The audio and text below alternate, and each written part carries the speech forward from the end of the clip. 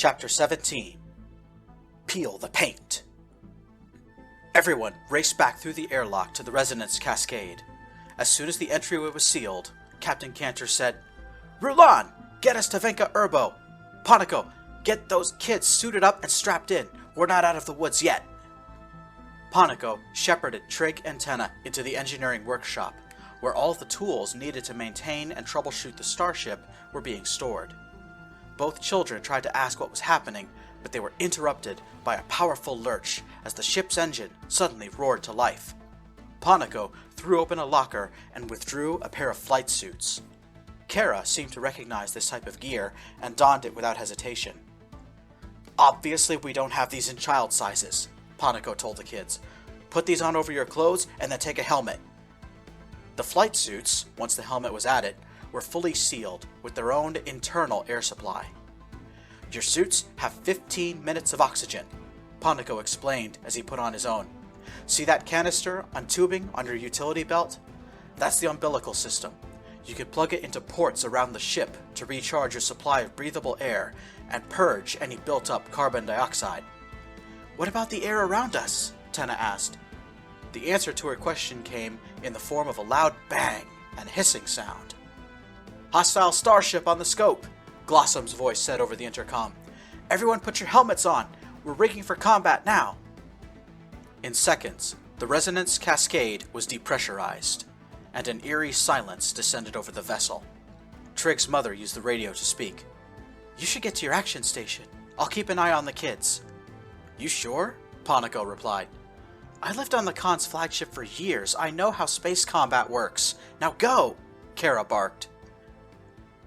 As soon as Panico left the room, she rounded on the children. "You see all of those tools? Put them back in their storage lockers, quickly." "What?" Trig said. "I thought we were about to get into a space fight or something." Kara grabbed her son and held him so close their helmets touched.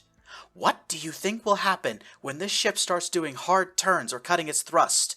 The engine is burning right now, but if it shuts off, you won't enjoy this fake gravity anymore. Then all those heavy metal things are going to ruin your day, real fast. Now stow 'em!" Trig, Tenna, and Kara scrambled, returning everything to its proper place.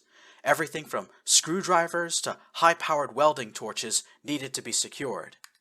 As he moved, Trig noticed something odd. "Anyone else having trouble walking?" he spoke over the radio. "Or lifting their arms?" A reply came out of the speaker in the side of his helmet. "Sorry, that's me," said Bronley. There's a starship chasing us, and I'm burning hard to outrun him. We're pulling 1.5 G right now." 1.5 G? Trig repeated. 1.5 times the normal force of gravity on Tritonus, the Olenbar planet, Bronley replied. Then he addressed everyone. "Ah, shit. Hey guys, that vessel's outpacing us. We might actually have to dance with them."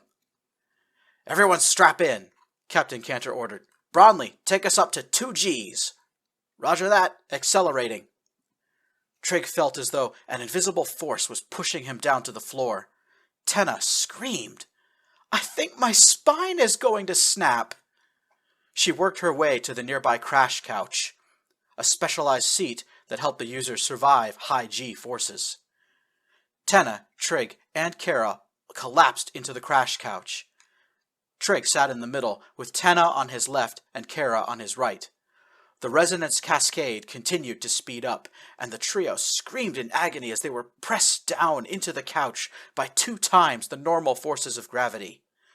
Then, "Shit!" Glossom yelled. "We've got a weapons launch! Torpedoes incoming!" Kara grabbed Trig's hand. "Why are they shooting?" Kara screamed. "We've got 2 of the keystones! They can't afford to do that!" "Quiet in the back! We've got to work!" Cantor responded. "Rulon, how many torpedoes?" 9, Tactical Officer Rulon replied. "Launch decoys, target lock that vessel, and fire torpedoes," Cantor ordered. "Decoys out," Rulon confirmed. 2 new voices came over the radio net. Selborn and Anfel simultaneously reported in. "This is Tube 1, Anfel said. "Target selected. AI pilot is online. Tube door open. Weapon armed. Interlocks closed. System ready. And launch! Torpedo away!" Tube 2, torpedo away, Selborne chimed in.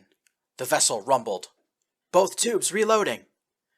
Enemy torpedoes coming into range, Rulon reported. 3 of them are going for the decoys. Engage with Sea Whiz, Cantor ordered. Kara tightened her grip on Trig's hand. This is the part where it gets bad, was all she could say before hell broke loose. A continuous vibration ran the length of the ship before building into a shudder as the Sea Whiz autocannon opened fire. Then the main engine was abruptly cut off, and the vessel began a series of violent maneuvers. Trig, Tenna, and Kara all held on to one another for dear life as they were thrown about in the crash couch. A dull thudding sensation in his feet told Trig that something was happening close by. He looked around and saw that one of the tool shelves had burst open. Large and heavy objects clattered violently around the room. Each time the Resonance Cascade turned to evade, Trig's sense of up and down were reset. Power tools flew up and stuck to the ceiling, then sailed across the room to land on the wall. More torpedoes incoming! Distance 1,200 kilometers! Rulon called out.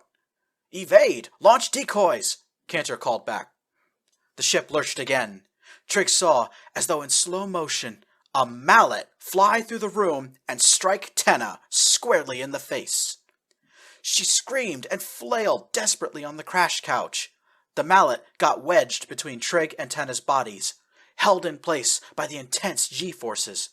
But Trig only had eyes for Tenna. Tenna's helmet was cracked.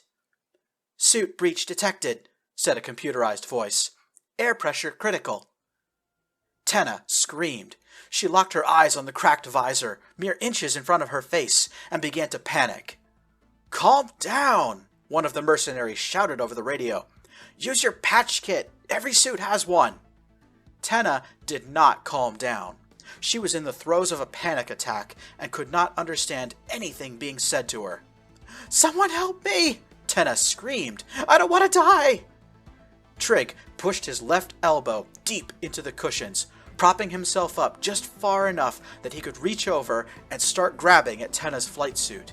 He was looking for the patch kit. Right leg! Kara yelled from behind him.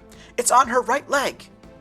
Trig found the cargo pocket and pulled at the zipper. The patch kit contained 2 folded squares of fabric and a tube of adhesive glue.